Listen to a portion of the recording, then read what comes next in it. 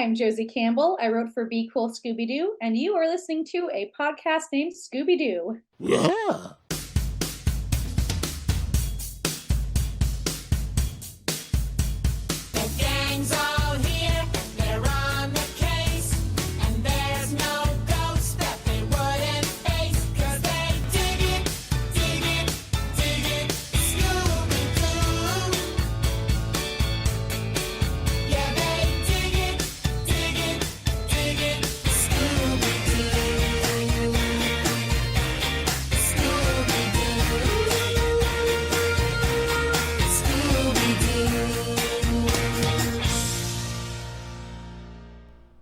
Hey gang, and welcome to another episode of a podcast named Scooby-Doo, the show that attempts to unravel 50 years of mysteries, meddling kids, and masked villains. My name is Mike Josic, and I'll be your guide through all things ghostly and groovy as I investigate every angle of every mystery and beyond. So grab yourself some Scooby snacks, fire up the mystery machine, and let's start the show. Daphne, I'm sorry. I wanted to tell you I was Manny, but as a guy, there's so little consequence for your actions. I was like, I'd be an idiot not to at least try and go for it. Baba Booey! You know, the sad thing is, I'm not even mad at you. I'm mad at myself for letting you find yet another way to disappoint me. I know. And I'm mad at myself for being selfish and a bad friend who only makes time for people who can help me find my mom. Maybe we should both be guys and just stop caring about feeling so much. If you were a guy, you'd die of gonorrhea within the year. Yeah, but what a year. Anyway, I didn't mean to blow you off. I just feel guilty ever doing anything other than looking for my mom. Can you forgive me? Watch out! And here we are at episode 52 of a podcast named Scooby-Doo. Thanks so much for taking a little bit of time out of your day and swinging by to check out the show. I hope you're all doing well. Before we get into the guts of the show, I did want to quickly mention that I actually had a lot of really good feedback on my last episode featuring Paul Fricke and our discussion of Alex Toth. I very much appreciate those of you who posted your thoughts on the various socials, and everybody who swung by and checked out the chat and gave it a listen. I hope the reaction to today's episode will be just as positive, but to be fair, I'm pretty confident this will be another really fun episode, as I am being joined by talented artist, director, designer, and author Valerio Ventura. Although he really only came to meddling with the gang in the last few years, Valerio's still got some solid Scooby bona fides, having served as the art director on what will be 2 seasons of the recent Max series, VELMA. I was pleased that he took a little bit of time out of his season 2 post-production schedule to sit and chat about his experiences with working on that show, as well as the reaction it's received, and his overall career in animation, including some time spent early on at Hanna-Barbera. So, without further ado, I will do as I do, and step back so you can get to that conversation. Wherever you are, whatever you're doing, I hope you enjoy the next hour of process and animation discussion with Valerio Ventura, and we will see you all on the other side.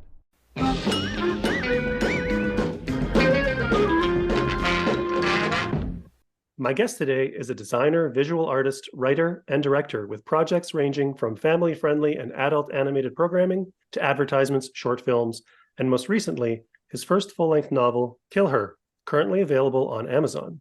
Originally from Italy, my guest moved to the US in the early 80s and quickly moved into working for the film and television industry, working as a designer in the development of feature films and television shows.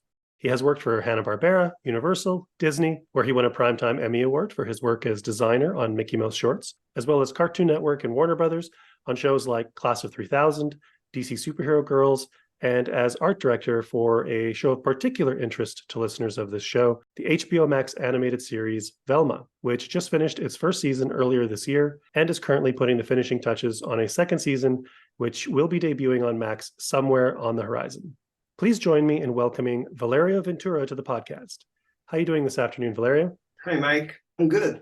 So I'm really glad to have Valerio on the show, not only because he is the first person from the VELMA production to actually come on the podcast, but he is also someone who kind of worked in some of those earlier years at Hanna-Barbera in the 80s. So definitely worked with some interesting people, and I do love me some Hanna-Barbera history and stories. So I will be picking Valerio's brain about that a little bit further in the convo. But before then, despite having worked at Hanna-Barbera, until VELMA, you had not worked directly on a Scooby-Doo project, correct? No, I never did. It was a surprise to me when they asked me to do some visual development on the project. Yes.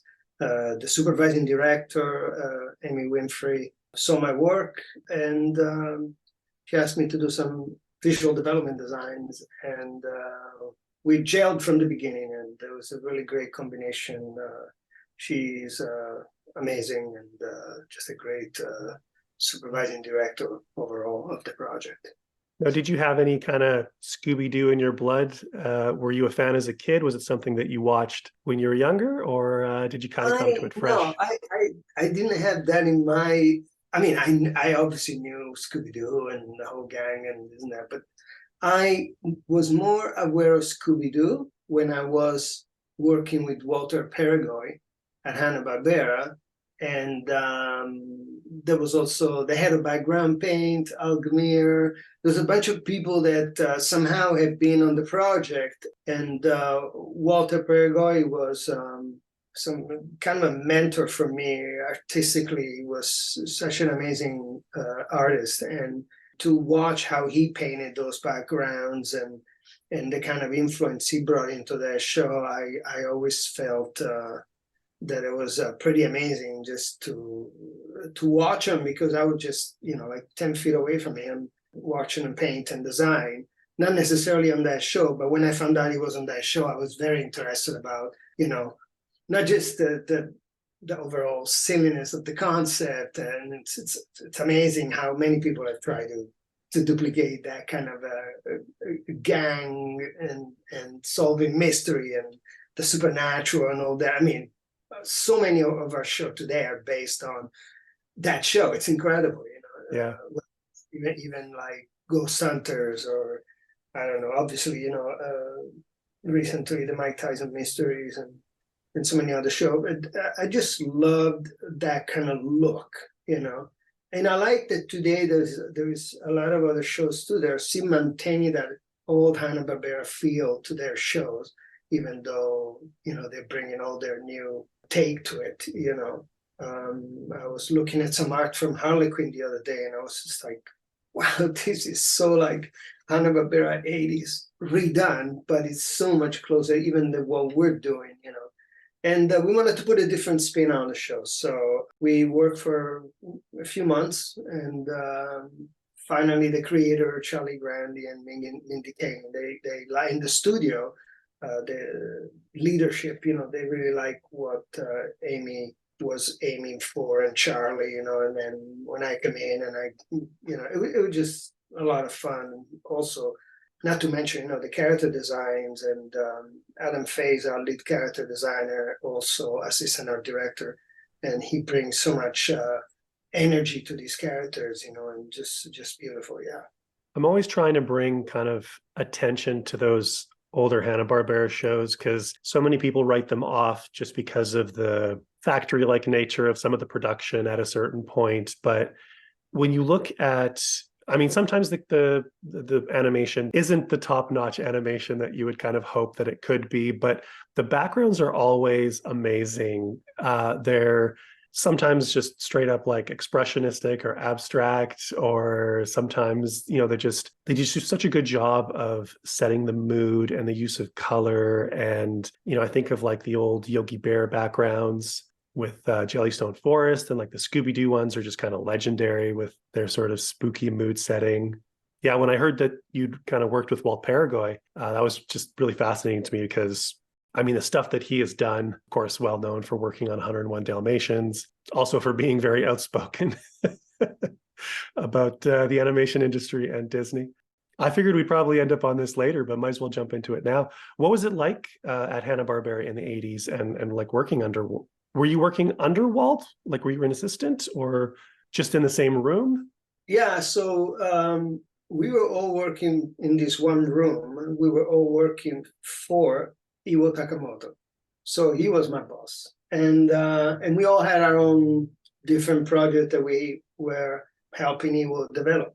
And whether it was, sci-fi projects, Transformer-like, called GoBots, or other projects that never saw the light of day, and some of them that did, like Foofer or Pound Puppies. those days. But Walter was always on something special, some special project that they were doing on. And then they started to do that with me too. It was really, really cool. Working with Iwo was a pretty amazing experience. I mean, the man could draw anything Hanna-Barbera. I mean, anything Hanna-Barbera. It was just amazing. And without Photoshop. Oh, God, how could you do that?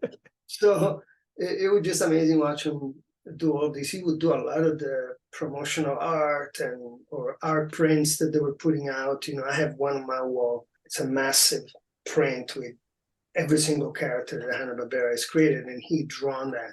Just gorgeous piece of art. But yeah, you're right. Hanna-Barbera got a little bit of, I don't know. Today we look at Scooby-Doo, and we do our work. We look at some things and even some mistakes that we love, you know, and we look at this thing and we just have so much love for it, you know, for the old cartoon. And that maybe without those mistakes or without that sometimes crude animation, I don't know, it wouldn't work. I think that's the beauty of it. We're doing everything hand-drawn right now. So in production when it goes overseas. So it's amazing to see what they can do. And same thing, you know, we try to stay on top of it, of course, every single day. And it's a beautiful experience working at Hanna-Barbera. For me, it's very, very special because that's where I met my wife in 1986. Yeah, 6. And, you know, we have been together since. What was she doing at the studio? She was at the time, a cleanup artist. So she was cleaning up Flintstone Kids and working on, I think, Johnny Quest. She was doing a lot of that work.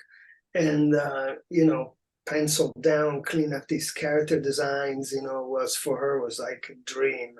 She worked with, you know, next to Tony Segroy and Michael Takamoto and amazing artist who's not with us anymore, Bob Honorato, who was an amazing man, an amazing artist, and so many more artists that, you know, I can't think about right now. But it was just an amazing experience for me because being European, I just kind of landed here, you know, and I get to work at Hanna-Barbera, and for me was like any American, I don't know about Canada, but any American experiencing going to college for the first time.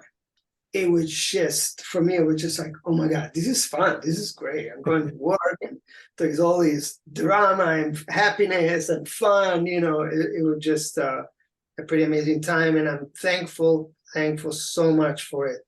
I don't forget it. You know, it was a fantastic time for me in my life. Everyone needs an opportunity. And I was given that opportunity. Iwo gave me that opportunity. And it was really wonderful. What was your path into Hanna-Barbera? You came here in, was it 81? I came here in 81. I met someone who had connection in the industry, and they sent me to meet this guy, this artist, this young artist named Jeff Darrow. Oh, wow. Okay, so I know, yeah, Jeff, yeah. I walk into his house, his apartment, and very nice, very, very, very gentle, wonderful human being. I walk into his apartment, and he has this beautiful drawing of the interior of a spaceship, very Chris Foss type style, you know. And I was like, oh my God, what are you doing? And he's like, oh, I'm just drawing this, you know. And then he said he had some connection. I could just go meet someone that would maybe introduce me to someone else, you know. But Jeff was so fantastic. He got me my connection to my first job. Yeah, funny story, and Jeff probably doesn't know this, but I was at Comic-Con a few years back, and I went to visit his booth, and he wasn't there, and I hadn't seen him since. I hadn't seen him since because the day that I met him, he said to me, "You know what? I'm gonna leave the U.S." I'm like, "Where are you going?" "Oh, I met Mobius and we're going to work together. He wants me to come and work with him." And I was like, what? Oh my God. So a few years back, I went to Comic-Con and I go to his booth and he wasn't there. He was taking this break. I don't know where he was. and this young girl was there. And I was like, who are you? And she goes, I'm his daughter, and I'm selling my drawings. And so I got all over drawing. I bought all over drawing. I was just like, oh my God. And I still have them. They're so sweet and same style her dad has. I mean, it was just like so sweet. I had 2 daughters, so I know exactly how that feels. And yeah, it would be great to have a chat with him one of these days. Yeah. That's funny. I did not expect to hear you drop Jeff Darrow's name. I mean, there's a tie between like comics and animation to a certain degree, but yeah, of course. Yeah, it's also, it's interesting because like Jeff has a very kind of European style as well. Yeah. Amazing artist. Yeah. That's really funny. So that's how you got into Hanna-Barbera, and you worked there for a number of years. Then just a few years, yeah. And then you move on to, is that where you jumped to Universal? No, I think Universal was just a quick freelance gig. So you had 2 projects through. Actually, no, you're right. So Universal just kind of just got into animation, and they were doing Family Dog. You're correct. Brad Bird production. And yes, that's right. And they were doing also Opus and Bill, I believe. I Wish for Wings That Work. Yes. Yes, you're right. Well, you have it correct. And so, yes, I work at Universal, made a fantastic connection, and to this day we're super friends. Amazing producer, Peggy Regan. And in fact, I saw her the other day. She's at Warner Brothers doing this little amazing show called Teen Titans Go. It's a giant of a show with Peter. I mean, they're doing an awesome job. Yeah, and I met her at Universal. Yeah. Then from Universal, I believe my wife and I together started freelance. Well, actually, my wife and I did that one together, both of those shows, and because we were being hired as a team. From the moment we met, we decided to leave Hanna-Barbera and work as a team. And were you doing concept art or concept and production? Like on Family Dog, I believe we did key designs, and we did like about 600-700 layouts. I know because one day we were asked to count them. So yeah, it was pretty amazing experience to work on that show. And then we went to do the same thing for Disney quite a few times. We would be hired project to project. And you're working primarily in television animation. I'm always kind of curious, like a lot of people, when they get into the field, they sort of get into kind of a rhythm, and you just sort of get on a track, and you kind of like stay on that track. You're either feature or you're television, or you're, in this department or that department. And some people really have to push to kind of move into other areas. And some people are just really happy kind of cruising along where they are. Yeah. Was television something that you were really happy doing? Did you have aspirations for features? I know you did a little bit of feature work, like Pagemaster, Hercules, Mulan.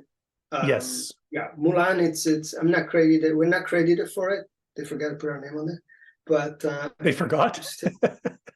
Yeah. So we did 18 months on Mulan, 12 months on Hercules. Rescuers Down Under. We worked on that for a long time. I always loved to do feature, but the rhythm in animation fits more like our pattern. It's a quicker turnaround, so we don't sit on this work for so long where we have to do so many details. And at the time, I just wanted to work on more projects. I didn't want to be stuck 2 years working on a movie. So you're following the work. Yeah, so we decided to look into animation and television and see what was available, because we liked working on some of these projects at Hanna-Barbera. So we were like, maybe we want to work on. And sometimes we were just like what was available, but the main reason was because we wanted to work on projects where the turnaround was quicker. Between Hanna-Barbera to shows like Family Dog, which was a very minimalist style, kind of not unlike 101 Dalmatians, actually, was sort of like the scratchy animation, and like A Wish for Wings That Work was very different style. The Disney stuff, again, a very different style. Does that affect you on your end, or are you just kind of working in your own style, doing the conceptual stuff, and then that gets interpreted kind of down the road? Or are you constantly, playing the chameleon and changing up kind of how you approach things? So up to a certain point, I don't know when was this point, but like This Is Superhero Girls and Velma are my style. So I was picked because of what I was bringing into that kind of world, you know. And before that, it happened in another couple of projects. But most of the time, I think as an art director or production designer, a live action or animation, I believe that you need to possess the talent to become a chameleon and work in whatever style possible, you know. But recently, people have been liking what I do and say, how can you bring this into our world? I remember showing my work to the leadership at Warner Brothers before This Is Superhero Girls. I was doing a visual development on a big project that didn't get made. But, you know, leadership was like, they opened my book and said, we like this. Can you do this on this show? And so a lot of times, you know, I have an art book where I have like the work of about 20 years into it. And sometimes I find it on people's desk and they're like, oh, we like this. Can you do this for the show? Even though a little bit different, but see, you know, and they might be showing, it's funny, sometimes they show me like this. There was this one picture of a tree that I drawn. Oh, can you apply this, but to a city? I was like, okay, yeah, that sounds, I kind of like that idea, you know, that it's like an architect being inspired by fashion, you know, or fashion being inspired by architecture.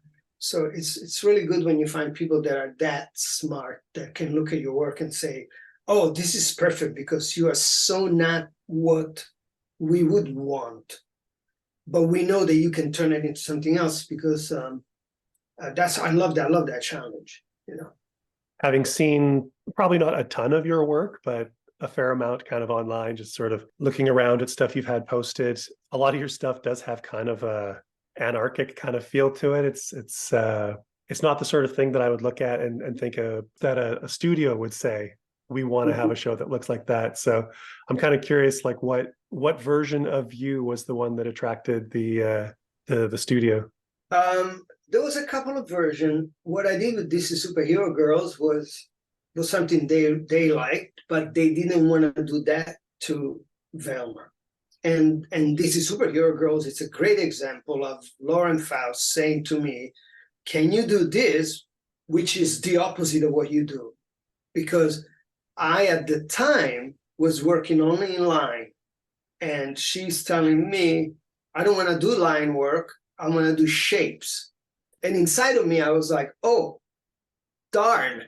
And as soon as I left that meeting, I was like, well, this is going to be a challenge. This is going to be a lot of fun because I never work in shapes, you know. And I think it turned out great. And I had a lot of fun doing it. I had a great group of people working on the show. But Lauren was great because she would give me like complete freedom to do whatever I wanted. So, and then in return, I do that with my artists. With, you know, and in the current Velma project, we have an amazing leadership, which gives us enough reign to just go on and create. You know, once we decided what the overall look is, like I want a Crystal Cove to look like, you know, Oxnard, you know, California. It's like a beautiful Missoni sweater that has been worn way too many times. And it's just not that color that used to be. And so, and it's always marine layers, you know, and the sky is kind of gray all the time until we need it to be a blue sky and a beautiful day to juxtapose with something that is happening with the story. But I want our characters to live in that world. And it was really welcomed by Charlie and Mindy and the studio, and working with Amy, creating this world was a lot of fun. And again, you know, I keep on saying Adam Fay, the character designer that brought into these amazing dynamic characters that live in this world, you know, it was a lot of fun. It was a lot of fun. It is a lot of fun. I do want to qualify that when I say that an executive may not look at the work and be like, I want a show to look like that. I'm speaking of the some of the like crazier stuff that I've seen of yours that has almost like a Ralph Steadman look, or some of the really, you know, we talked about Sergio Tapia before, Yeah. Stuff that's like Yeah, that. Stuff that yeah, doesn't look like it would animate easily or be, yeah, four quarter yeah. I kind agree. of You know, audience. But yeah, it's I like it. I'm not saying it's bad. I'm just saying, no, I get you yeah, because we say so much. Some people know so much about animation and they see. I remember in the 80s when we would go like, well, you can't write a scene with 400 horses, galloping through the scene. Well, you can, it's going to be tough to animate, but nowadays, look at the latest Ninja Turtle. Do you think that would be animatable when we were, 80s or 90s, and we were looking at something like that and say, oh, that is just not going to work. But I think it looks beautiful and in a very surprising way too. Spider-Man, I'm a big fan because there's a lot of things they have done that pieces of it that reminds me of what we were doing on Class of 3000 and DC Superhero Girls, and they took it to like 1,000%. Obviously, and I love when that happens in our industry. So now we kind of know that we can do whatever we want. You just need to have the leadership that has that vision. yeah. And there's a lot of people that have it. We have great people at Warner Brothers that are at the helm that are artists themselves. And amazing at that too. I was really interested in what you said about, you mentioned DC Supergirls a little bit ago. In some interviews that you did around that show, you talked about how you wanted to design the city to have a sense of wonder because the characters were all young teenagers and that they'd be looking at everything like I'm in the big city and have a sense of wonder, and you wanted it all to kind of reflect that. So you're designing environments with character in mind. I'm assuming that also applied to Velma, the way you approached Velma. And I'm curious if you applied that and how you applied that. Yeah, that's great that you said that, because I remember the first time that Warner Brothers looked at one background with Velma on it, and I was like, okay, because you are so close to it as an artist, and when I finish something, even the book, you need a couple of weeks to stay away from it to really be a good judge of what it is that you're going to be releasing, whether it's a visual piece or not.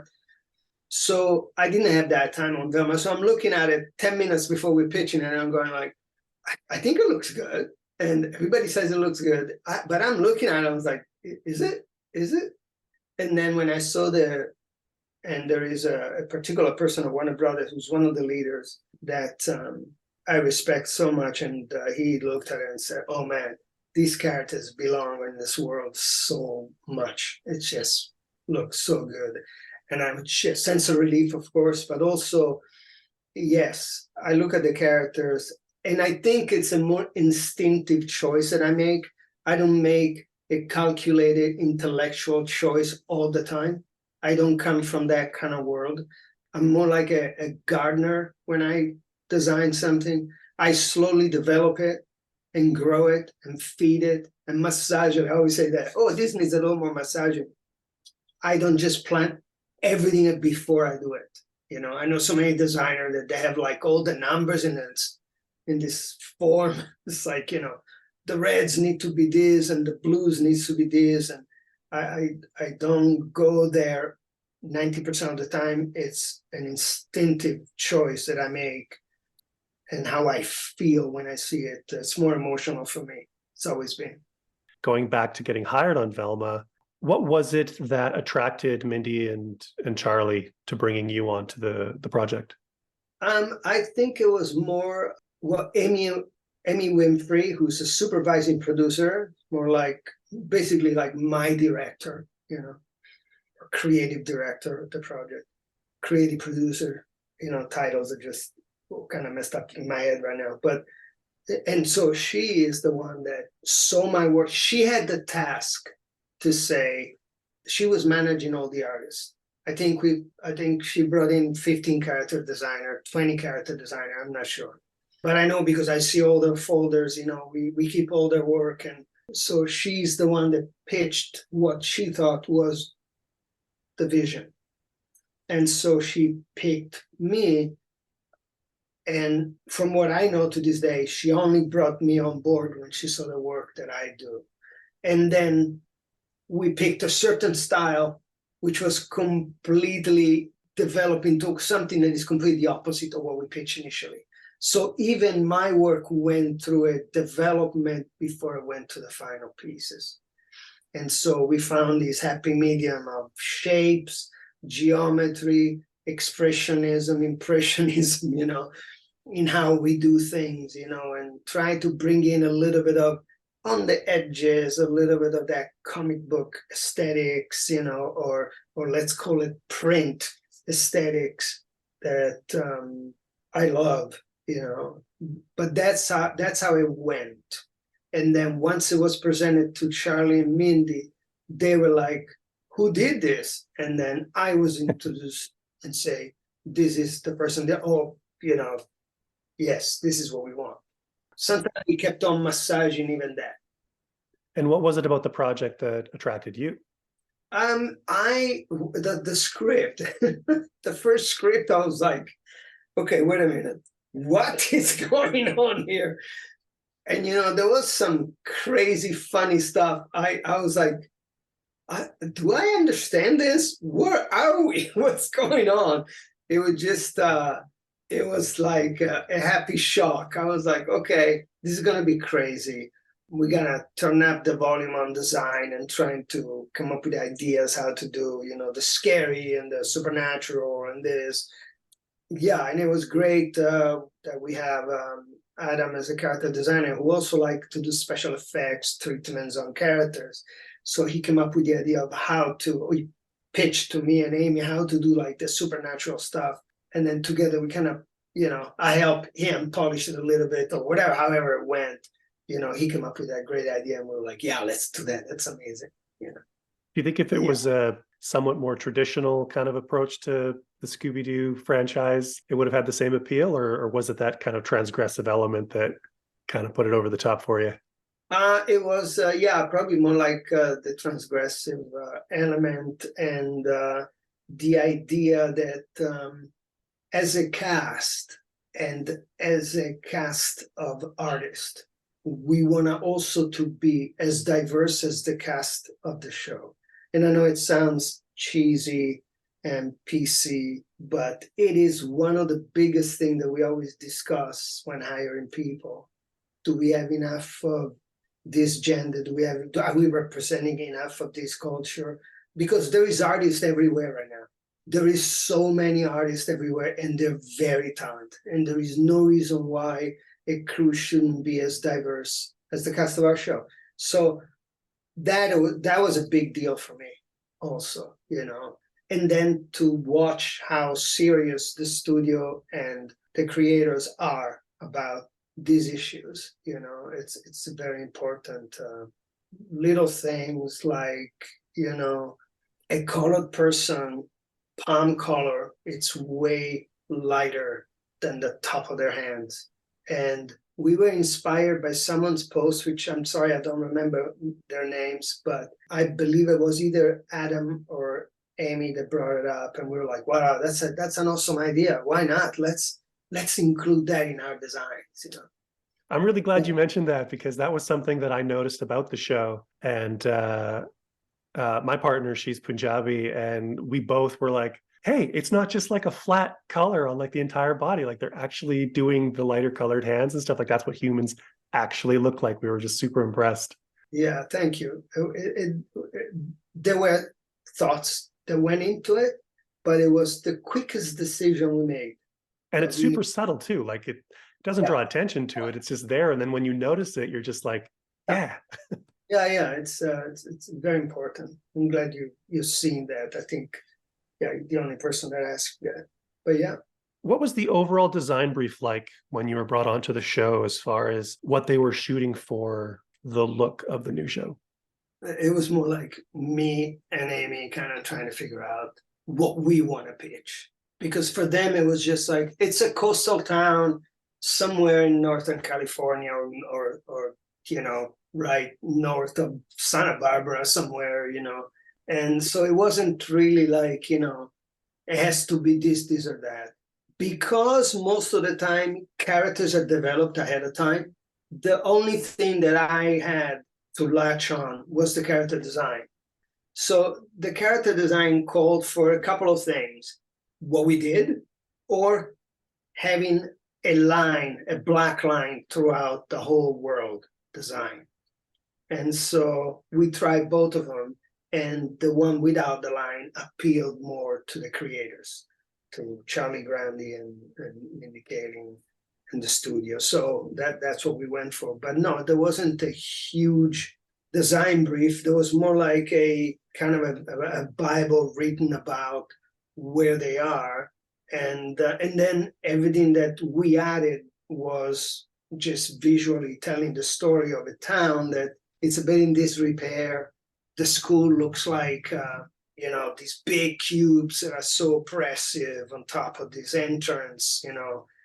There is always some work in progress in the streets, spray paint on the ground to announce excavation coming through, lots of chain link fences, which is stuff that it's only my own personal work, but that spoke to them because of the nature of the world that they lived in. We didn't want it to be all bright and happy, because we wanted to have that horror sensitivity, sensibility to it.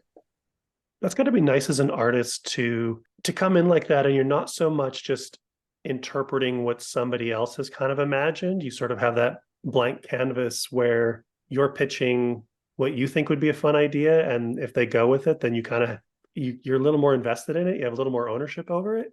Yeah, it's a lot of fun. And also, obviously they did have scripts, so it was interesting in the script to try to see how I saw it as I read the story, and it kind of jailed with whatever it is that they felt about that world, and again, it was a great collaborative process, between me and Amy. I mean, I was doing the designs, but just in the discussions that we having, she was great in conveying the things that she liked, or the things that we maybe want to stay away from because of this and that, and we had all our reasoning for it, and I think it turned out really good in the end.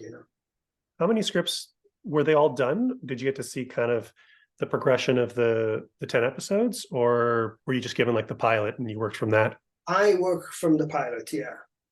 And then there was obviously some synopsis. Now, you said that you were working from character designs as well. I know there was a lot of design work that went into the characters, and they went through a number of iterations. Did you have any involvement with that, or had they settled on what they looked like by the time you came on? No, they settled. I think we came on around the same time.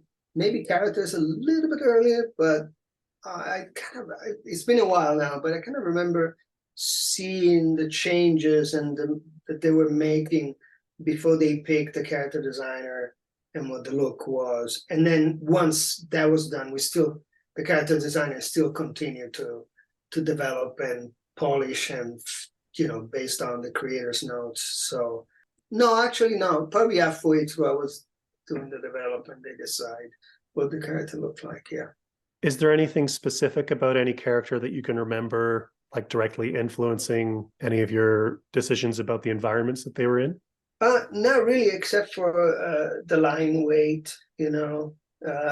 Sometimes it's even things that you wouldn't think they matter in terms of design, but it's what they wear, how they fit in that environment. Again, it's there's the high school, there's a very important location. Then there's a police station, there's a very important location that I just love working on. But yeah, it wasn't like anything particularly specific about what I latched on when I saw the characters. I love that you mentioned Oxnard earlier, because I'm a big Love and Rockets fan, and I love the Hernandez brothers. So when you said Oxnard, and then I was like connecting. Yeah, he's an amazing artist. Jaime Hernandez's world, with comparing that to kind of what's on with Velma and blending those two in my head. I had actually his book at the time. Oh, really? And I was looking through his book. I had this massive book, and I got it up here. There's a library called Bart Books, and in Ojai, and they had it behind glass. And I was like, I want that book. And, I actually give it to someone as a present, and I don't have it anymore. But I went through that book. It was so beautiful to look at. And sometimes you just look at stuff for no particular reason.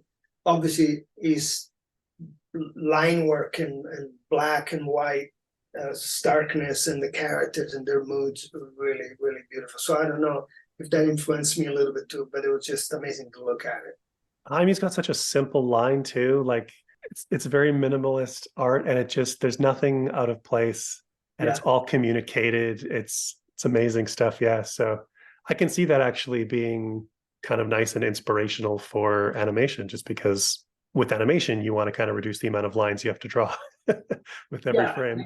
Remind me a lot of the Italian comics or European comics in the 70s too. Yeah. Scooby-Doo's been around for, I think it's like 53 years or something at this point. With that much design, a half a century of design to kind of pull from or be inspired by, as far as drawing from to work into or inform what you're doing. Did you stay away, or did you dive in? Did you pick and choose and look for inspiration within kind of the franchise? Yeah, it's funny. Believe it or not, I looked at a lot of backgrounds. We still to this day look at stuff. And, like if we have a forest pan and they're walking in this forest, we will look at how they did it. It's so inspiring and so silly and beautiful to me to see how the trees were painted and how the shadows were painted. Obviously we stay with more, realistic color, whatever that means right now. But we have a world that is where the stakes are real. I wanted to feel that. That's why it's so urban and gritty. But then we look at the washes of color that Walter Peregoy put in there. I mean, we do have a brush called Walter Peregoy that we acquired from someone who made it. Actually, I remember the name now because I didn't remember. Somebody asked me earlier and I didn't remember. I think I'm pretty sure it was Justin Thompson that made that brush when he was at Disney, and we took it, modified it, and I thank him so much for making that freaking brush because. And there is so many now. You can use so many. I mean, it's not like it's like. But it was an amazing thing to bring in there and see that there was someone else who also was inspired by Walter and made this brush, and we try to apply stuff like that, And recently for season 2, we made a whole new set of brushes, but that's for another podcast. Do you have access to any archival artwork or production pieces or anything, or are you just basing it on watching old episodes? There is a library, and I tried it a long time ago, and it's just too time consuming. I got lost in there once, and I got out finally, but it's just too much stuff. I just, you spend 6 hours in there and then you've done nothing. So as art director, did you assemble the team, or was that all Amy Winfrey on the art side? Yeah, I was together, together for my team, the designers and prop designers and background designer and background painters, and color stylists. It was me and Amy, and production. We bring in the name and we discuss it. It was very, very well balanced. The way we did it, the way we brought in people. And what kind of qualities were you looking for in your artists for bringing them onto the project? I'm always looking for someone that can add a little bit more. And I am looking for something that I don't get all the time. Watch out who you are. And it's independence. I love when people are independent and they are the master of their own domain. I don't have to tell them that much, but I'm always open because we're always discussing stuff. And it's great. I have that kind of team, they're all very independent, professional, and then we give a chance to first timers because we also wanted to do that on the show, give the opportunity for someone who's coming on our show as a first job in the industry. I believe we had 2 I don't know. We might have had more. I don't know if there was other people brought into a different department, but I was able to bring in 2 people that came in our show as first timers, and I was very, very happy that it worked out really well, and that they got to experience this. I mentioned earlier, I used the word transgressive when talking about the show. The show has been controversial. It's gotten a lot of interesting reactions online. It's considered to like push boundaries. So I'm kind of curious if there's anything in the process of production where you guys were thinking stuff up and working on stuff and you were like, no, that's too far. We've got to pull this back. But I think that happens with anything, You always want to push to 110, and then you realize, no, 100 is our limit, We do that in design, we do that in color, we do that in character design, But we have a great team and a great leadership that goes, hey, this is great, but I think, we want to do this, or this just maybe don't like it, and we do something different. When you bring up, the reaction of the fans, right? I have something to tell the fans. And what I like to tell them is this: thank you for your passion, because whether you're giving us hate or love, it's passionate, and you're passionate about our show. Whether you're passionate, love to hate it, or love to love it, we appreciate everything. Of course, inciting violence or saying stuff that can cause someone to feel mentally depressed, that's not correct. That's not right. But overall, all these negative stuff, it's all from people that are very passionate about the brand. And we know that when someone is passionate about something, like the fans, they're watching the show and they're being very careful about watching what we're doing. And it's great, I think. And it's, it's just what it is. And I just, I don't read the comments, but I know that there have been a lot of negative stuff, but there's also been a lot of negative comments about other shows, and now there's big hits and successes. So I don't know. I mean, we love doing what we're doing. We're not the studio is super supportive, and that's why we went into season 2, Supposedly Teen Titans Go is the worst thing ever on television, so it's probably not going to last very long. Yeah, horrible. Oh God. I wanted to talk a little bit. We sort of touched on it a little bit earlier. I wanted to go back before you came to the US.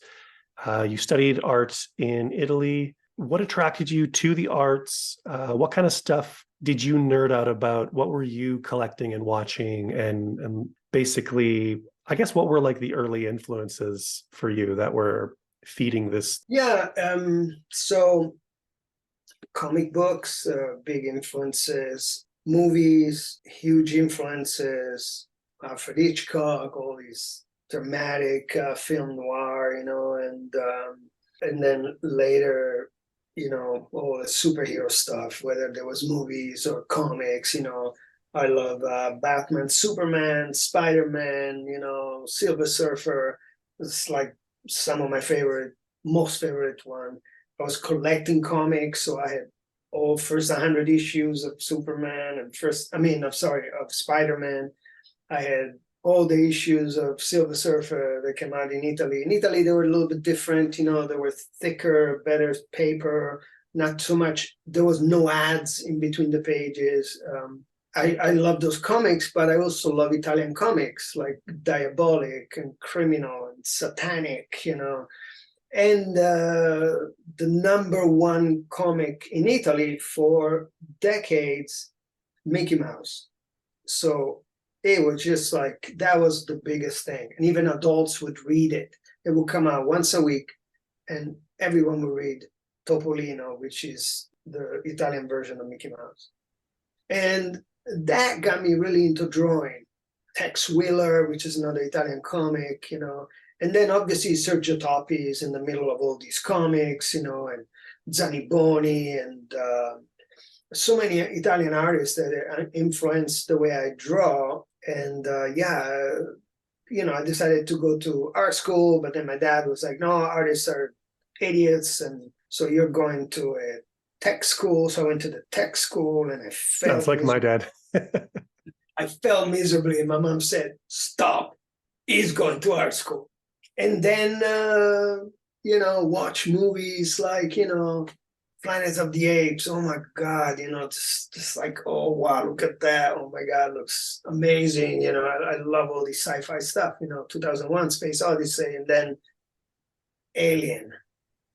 And I'm like, what is happening? And then Road Warrior. And I was like, Mad Max. It was called Road Warrior in Italy. It was called Mad Max here. Or was it the other way around? But I was just like, oh my God, what's happening? This is amazing. Yeah, it was Mad Max and Mad Max 2 in Australia, and then it was Mad Max, and then the Road Warrior everywhere else. It's called Interceptor, because it's the That's car. a good name. The car is driving. It's an Interceptor. Yeah, the model of that car on the first one. And so, all these are just pretty amazing to me. I love to do comics, and I draw all the time, and I draw Mickey Mouse, and it was a lot of Disney. I love these Disney characters, and I would draw Batman, but mostly I would draw other comics. So I'm like this kid doing this stuff, and I'm just just that's where I want to be, doing this kind of stuff. And of course I come to animation, and I haven't drawn a comic since. I'm a big comic fan as well, and I've recently kind of become a big Catwoman fan, and I just found out that there was a Batman Catwoman crossover with Dylan Dog for like the last couple of months or something. Yeah, and it's only available in Italian right now. It hasn't been brought over here yet, so I'm crossing my fingers, because I'm like, I want to see that, and I can't read Italian. My cousin was a Dylan Dog illustrator. Oh, really? Yeah. Franco Saudelli. Okay. He worked on Dylan Dog for many years. He worked on many comics in Italy, and he was my inspiration when I was a kid, because he's about 6 years older than me. So when I was like 15, he was already like 21, and he had a studio with 3 friends, 2 writers and 2 comic book illustrator in the middle of Rome. And I would go there and be like, oh my God, this is amazing. What's going on? And they were like the coolest people in the world. They play the guitar and they draw, and it's just a really big inspiration in my life. Yeah. Hearing all of the things that you were into, I am not at all surprised with your novel, Kill Her. Thank you. Because all of that seems to have just kind of been condensed into this story. It's got action, it's violent, it's got that noir grittiness to it. Actually, I was surprised. I was doing my usual kind of research pass every time I'm interviewing somebody, and I checked out your YouTube channel, and I noticed that your short film Winter has a lot of similarities. Yeah, it was to your novel. Yes. It's basically like an old idea that I had. I couldn't obviously do the whole idea. I couldn't do and cast the people that I wanted. So I wrote a short and then a medium length, almost full script on my own. And then I brought a friend of mine to help me with a full script, which we never developed into a film, my friend Larry Edwards. And that one is like, I didn't know him at the time when I did the short, but the short, I won 3 of those awards for the short. The short was a lot of fun. My brother did the music. Everybody came together to help me. I remember finishing the short in 2002 and finally getting enough money and support to edit it and finish it in 2008 at Cartoon Network. The editors and people with the work over there helped me out so much to get all that I needed to edit the film on my own and be able to finish it. And then I did a screening in downtown LA at this beautiful theater. They had been renovated, and on the same night, my film was screened at the last night of the festival, and right before Olivia, God, what's her name, from 13 from the show House, Anyway, she's also a filmmaker, and she premiered her film there, and it was a really interesting night. It's a beautiful, beautiful moment. And then I went to the Ventura County Film Festival, won an award there, So yeah, that film has been like the inspiration to write the novel. I wrote this script, and I always wanted to write a book, and I had given the script to someone, and this someone said, they didn't quite like the way it was written. So I said, oh, okay. So I sat down, I read the whole script on my own and said, this is not good.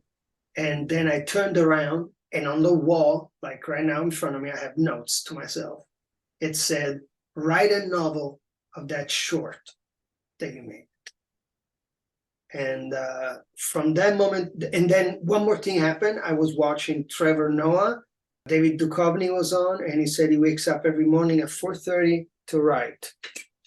And I was like, great, that'll give me like 3.5 hours of writing before I start on Velma. And I did that for almost a year, and finished the novel in one shot, and the rest is history. You're reading it. So it was basically a way to kind of realize this idea that you had and that you were sort of struggling to kind of get out there? Yeah, the thing about screenplays is that you have to have so many connections for people to read them. And, it's just, there's so many moving pieces to get a movie done. So I felt, well, if I write a book, it's just me. It wasn't that easy, let me tell you, but because once you finish to write the book, then you have to put it into a format that Amazon is able to publish on their platform, which is not easy at all unless you pay someone like, thousands of dollars. And I spent thousands of dollars on that book to just get it done. But I saved so much money because being an artist, I was able with the program InDesign and even Photoshop to create the cover, but InDesign to be able to do the internal design of the book, which took a lot. It's a very tricky program, and I hadn't used it in like 20 years, so it was a pretty interesting thing. Now it would be easier, but it still will take about a month of work. Just put it together. My second book. Yeah, a lot of people. The act of writing itself, it's like I always used to hate writing if I knew that I wasn't writing good. If the stuff wasn't like usable, then I really had to train myself to just like make a block of time and sit down and write. And like, no matter how good or bad it is, you're always going to go back and rewrite it and polish it and do stuff to it. Yeah. But just the habit, just the act of doing it, like that's the important thing. So I can totally get like the waking up at 4 a.m. and being like, this is my writing time. Yeah. And just sitting and doing it. Yeah. And I was having an issue with sleeping. So I would wake up every morning. I was wake up every morning at 4:30. I would feel like, man, why do I wake up so early? And then I saw this interview with David Duchovny, and he said he wakes up at 4:30. I was like, well, I wake up at 4:30. Why don't I do something with it? That's your body telling you, well, here you go. Yeah, go for it. But that was fun. So for anybody who might be interested in checking out the book, do you want to talk a little bit about what it's about? Like a little bit of an elevator pitch? So yeah, for those who don't know what the book is about, KILLHER is Los Angeles in the late 1990s. There is a company in LA called Wilshire, which is like the Wagner Group, if you know what it is, which is a PMC, a private military company, that works outside the law. All the PMCs in the world today, they work outside the law. If you work for a PMC as a military, you are like a mercenary. You make so much money, and you are supported by billions of dollars given to these companies by governments. Like Wagner was supported by so many countries to do whatever they need to do, protect a leader of a country or overthrow a government or help with the war in Ukraine, like they were doing with Russia. AKIRA is the character in the book. She's a woman that grew up in Koreatown in LA, and she's one of Wilshire's deadliest assassins. She's relentless, she's crazy, and she comes from a family of weapons restorer in Korea and in Japan, originally the family from Japan. And so she is sent on a hit. And even though it seems like a story has been told so many times, she becomes a hit herself. But it is a completely different story than you've seen, I believe, where everything backfires. It's a story about people that are professional about what they do. They're sociopaths, they're psychopaths, they're in our world.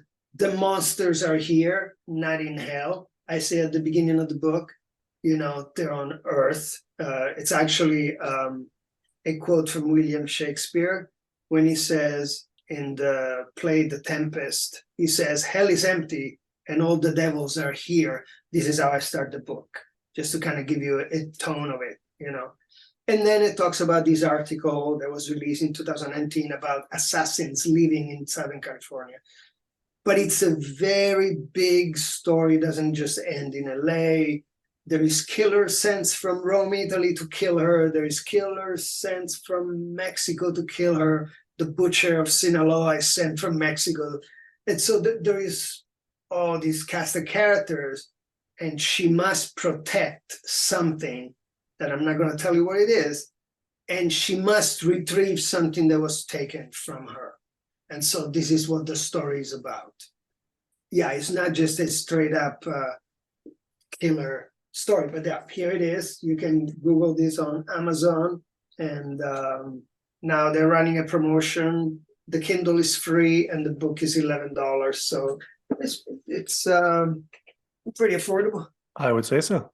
I'm kind of curious, having now discovered Winter and not knowing about it previously. Yeah. You said you didn't get to cast who you wanted. Did you have to change the main character for the short to be Caucasian? Had you always intended her to be Asian? I was struggling with the idea to have different I was just basically I went to AFI and I was doing a casting to see who would be the person. I wasn't thinking about race at the time. I was just thinking about I need to find someone that is agile and fit, because I had a different idea of the short.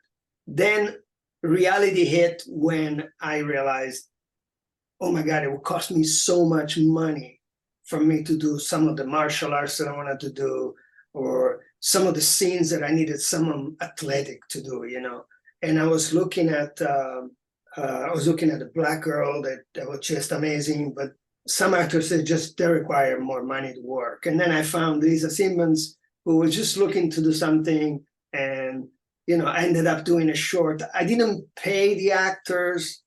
I didn't pay a lot of people on the short. Everyone came over to help me. I paid the support, like the sound, the editing. My brother-in-law is the cameraman, DP. So I had a lot of friends that had just come out of film school that wanted to help me. And then a couple of professionals that still did it for free, that were big at the time, that came over like, I didn't know at the time how important the assistant, camera is, the guy that makes sure everything is in focus, or the woman, And so he was a pro. I mean, I met him at my daughter's school, and he was like, yeah, I help you, whatever you want to do, And so, yeah, it was something that just happens out of what I could get, That was the cast. Oh, except for Sir Charles. It's a good friend of mine that was teaching me how to fence, because he's a fencer, and an actor, James Garrett. He played Sir Charles. Sir Charles is the character that I changed for the book, and I made him into someone from the Horn of Africa that had escaped when he was a child and went to live in England, So that one is a different character that I just came up with that. And then I added so many more characters to the story. He also felt so much more like imposing and menacing in the book too. Yeah. And then there is like little funny bits, so I don't want to talk about it because I don't want to spoil it. But for instance, Bobby in the short, it's just a completely different character, And then the one that you get to learn in the arc of his character in the book. So again, without spoiling it. But yeah, that was a lot of fun. So do you feel like the novel are you kind of the most happy with this version of the story? 100%. This is the version I always wanted to tell, but I didn't know it was in there. This is what I always wanted to do. And I couldn't do too much of this at the time because of Kill Bill. So yeah, when that was in my head when I was reading it too. When that came out, it killed me. I was like, oh God, I can't do this. Everybody's going to tell me you're trying to do Kill Bill. So I kept that story there for a long time, and said, okay, and then I thought, oh, now is perfect time. Everybody's doing samurai swords and stuff like that, I just think that I'm doing it in a way more realistic tone, even though I wanted to infuse a little bit of horror in the story. There is someone recently that told me, that there is some moments in this thing that you're thinking of horror films. And I'm like, yeah. Kind of like my homage to, zombie movies and stuff like that, without having a zombie. Yeah. How has the response to it been so far? I know you've done, we talked about you doing a signing like a week or two ago. I did a signing a week or two ago, and those 5 days, I sold the book per hour. So are you getting any feedback on it? Yeah, I got, I think 10 or 11 reviews, and most of them are 5 stars. Nice. I have reviews from writers. If you go look at it on Amazon, you will recognize their names. That they love it and became instant fans. Yeah, it's right now, being that is my first book, I wish Amazon would allow me to do it for free, to sell it for free, but they will not because they want to make money. Yeah. So I sold 109 books in 5 days, and I made $7, I think. So, I reduced as much as I could the price to the point to where I can't anymore because they won't allow me. But they're doing the Kindle Unlimited for free, and then the Kindle is $2.99 because right now it's not about money, it's just about people reading it. Yeah, I think I grabbed mine for like $3 Canadian. Oh, great. Okay. So yeah, it was kind of a no-brainer. Good. All right. Yeah, that's, just the most important thing is the reviews. I just need to get reviews. That's all. Yeah, you just want to get it out there and get it read, and yeah. Yeah, that's right. And then the second book is the book that, a Kindle will probably cost $9. It's one of those things that all writers are telling me when I go to these, I take like the little seminars online. It's just very complex. The whole Amazon algorithm, it's insanely unpredictable and not quite what they say it is. It's just a mess, Yeah. And you're planning a trilogy for these? Yeah, definitely. The second one, The Wolf of Los Angeles is called. The Wolves of Los Angeles. It's AKIRA book 2. That one is coming out. If everything goes the way it's going, July next year. And then my wife and I are writing a horror novel together that we almost finished with, and that will come out at the beginning of next year. So how does it feel to be branching off into a little side hustle with writing now? I want it to be the hustle. That's it. The one thing I do. And obviously, hustle. Painting and drawing, that's fine. But yeah, I have a graphic novel in the work for not KILLHER, but for AKIRA. And yeah, I did a piece for the cover just to get an idea of the style that I want to do. And, so that would be amazing if I could just get into doing the graphic novel. Yeah. Yeah. Yeah. I was actually, when I was reading it, I could see it as like an anime. Yeah, that's what a lot of people have told me. I dig the cover for the first book as well. I like the mood. Thank you. Yeah. That was. I'm assuming you drew it. You made it. Yeah. Yeah, and my wife directed the whole thing because I was like, I'm too close to this. It's looking good, and then, at first, because we've been part-time for so long, at first it's like, oh no, move this a little bit there, do this a little bit here. And then 500 comments later, I'm like, you are directing this, right? Because I'm just doing everything you're saying. So it's great to have a partner like that that I can share, that kind of work, because I did like 7 covers and they're all in the trash, and this one is like, okay, that's the one. The cover is depicting, it's a little bit of a couple of scenes in one, but it's taken from the chapter Rhino. All right. It was fun. To slide it back to Velma, as we're kind of closing out here, you said that you guys are doing post-production on season 2? Yeah. Is there anything at all you can tell us about season 2? It's wonderful. It's the second one. You know what? It's the second season. Yeah. Is there anything? No. Sorry. Is there any kind of Easter egg or tone or mood or vibe or anything that kind of people should be watching for that you want people to zero in on? Or I think people should look at it. Well, first of all, to see what happens. If they watch season 1, they want to know what happened. And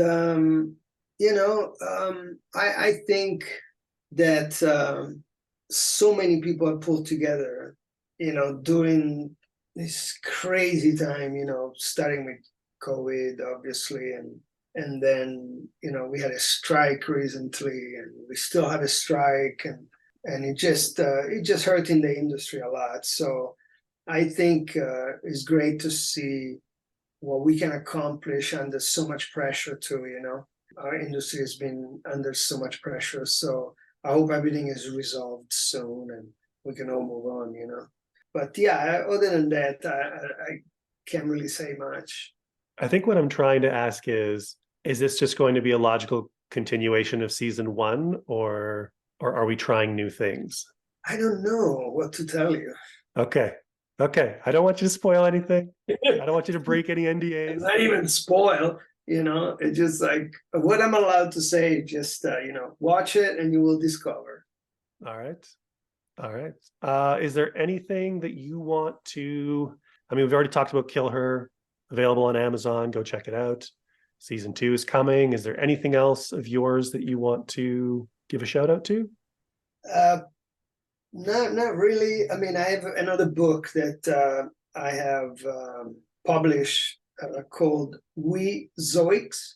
So when you go to KILLHER, if you are not into reading a novel and you want an art book, there is 2 books out there. One is an animation book that I have. So what someone would have to do is click on my name, and then I'll come up with all the books that I've published, self-published. And so that's the one that's based on that Disney mural, right? Yeah, exactly. So Disney in like early 2000, they asked me to do a mural for their new offices. And what I pitched was too edgy. So I turned that into an art project that lasts almost 20 years. And that's what I did.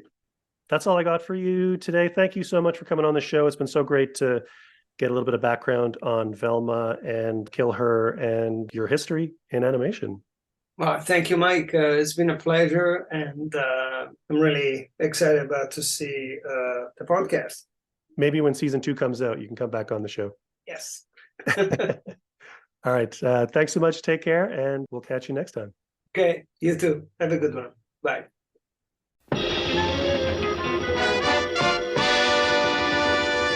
And there you have it. That was my conversation with artist, designer, director, and author Valerio Ventura. I hope you found that entertaining and informative.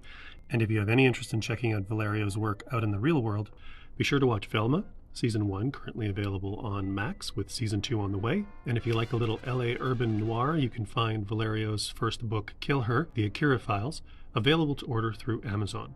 If you want to take a peek at the art books Valerio has done, while you're there searching KILLHER on Amazon, click through the author link and that will take you to the other works that he has done. Also, depending on when you are listening to this, Valerio will be doing a signing at the Mystery Shop in downtown Ventura on Saturday, January 27th from 12 to 6 p.m. So if you happen to be hearing this prior to that and are in the area and want to check it out, there you go. And if you're listening to this in the far-flung future and have missed the signing, you will forever live with that regret. You can also find Valerio on Instagram at Ventura Exit, on Twitter at Tix3, Tixthree, and his website at valerioventura.com. Lastly, you can check out his commercial work, some random bits and bobs, and the short film he made, Winter, that we talked about during the conversation, over on Valerio's YouTube channel. And if you're interested in contacting me regarding the show, I can be found on the usual socials, at Scooby-Doo on Twitter, a podcast named Scooby-Doo on Facebook and Instagram, or you can drop me a line in the YouTube comments on the channel. I'd love to hear what you all thought of this latest episode. If you want to support the show, feel free to review it on whatever app you happen to listen to the program on, as it does genuinely help boost its place in the algorithm and helps to get it seen by folks who may not be aware that the show exists. Also, sharing episodes on your socials is a nice grassroots way to help spread knowledge of the show. Oh, and there's also the blog at scoobydoocast.wordpress.com for anyone interested in venturing that-a-ways. I haven't updated it in a long time, but there are still the text interviews, the apocalypse variations, and bonus stuff there if you're curious or a completist. And lastly, before I peace out, just a bit of an update on the schedule. Originally, I was going to follow Valerio's episode with my Josie Campbell chat, but that might be changing as I do have another episode in the works that is kind of time sensitive and could muscle in and preempt that one too later in February. I kind of hate to do that since I've been sitting on the Josie conversation for a while already. But if this other chat comes together, it kind of does need to take that slot. So we'll just have to make do. And if everything goes according to plan, I don't think anyone will really regret it. So with that, thanks once again to all of you for continuing to listen to and supporting the show. I appreciate you all and look forward to the next time we'll see each other on a podcast named Scooby-Doo.